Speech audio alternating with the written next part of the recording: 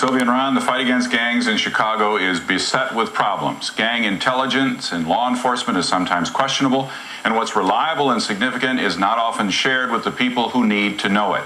One high-ranking Chicago police official who doesn't want his name used tells us, quote, "We're hurting real bad." And one gang specialist tells ABC7 News, gang structures have changed so that, quote, "We don't know anybody anymore." Police brass will only say that things need to get better, and today they introduced an old concept to make it so. Chicago's gang problem is more severe than anywhere else in the country except perhaps LA.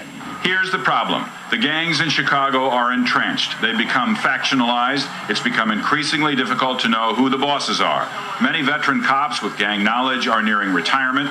Gang specialists are often pulled off their beats to work other crimes. And perhaps the biggest problem, the police agencies who are in the same fight against the gangs often won't share their intelligence with each other. At times we've slipped in law enforcement because we don't talk internally.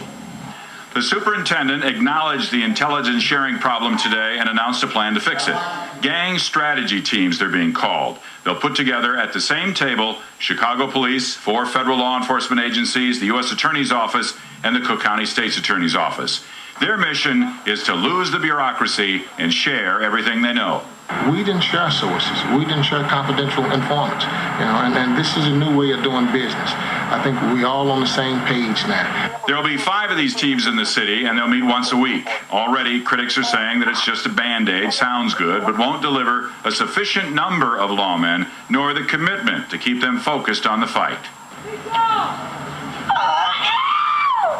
Chicago police, under pressure from a climbing murder rate, say the commitment is there, the strategy is sound. I think what we're doing is formalizing something that was occurring sporadically in the past, but now we've had the special agents in charge of the different agencies assign people to make sure they're at this table. Arrests of gangbangers, which used to be recorded on note cards and often wasn't recorded at all, will now be computerized and will be available for everyone on the strategy teams. We're in this for the long haul, and we believe that by creating these gang strategy teams, what you're going to see is a better effort, a stronger effort at attacking gangs in a sustained way, where it's not just one investigation and another investigation, but something where you see results in the neighborhood. The initial focus will be on high-crime neighborhoods with an increase in so-called street corner conspiracy cases, which is open drug dealing.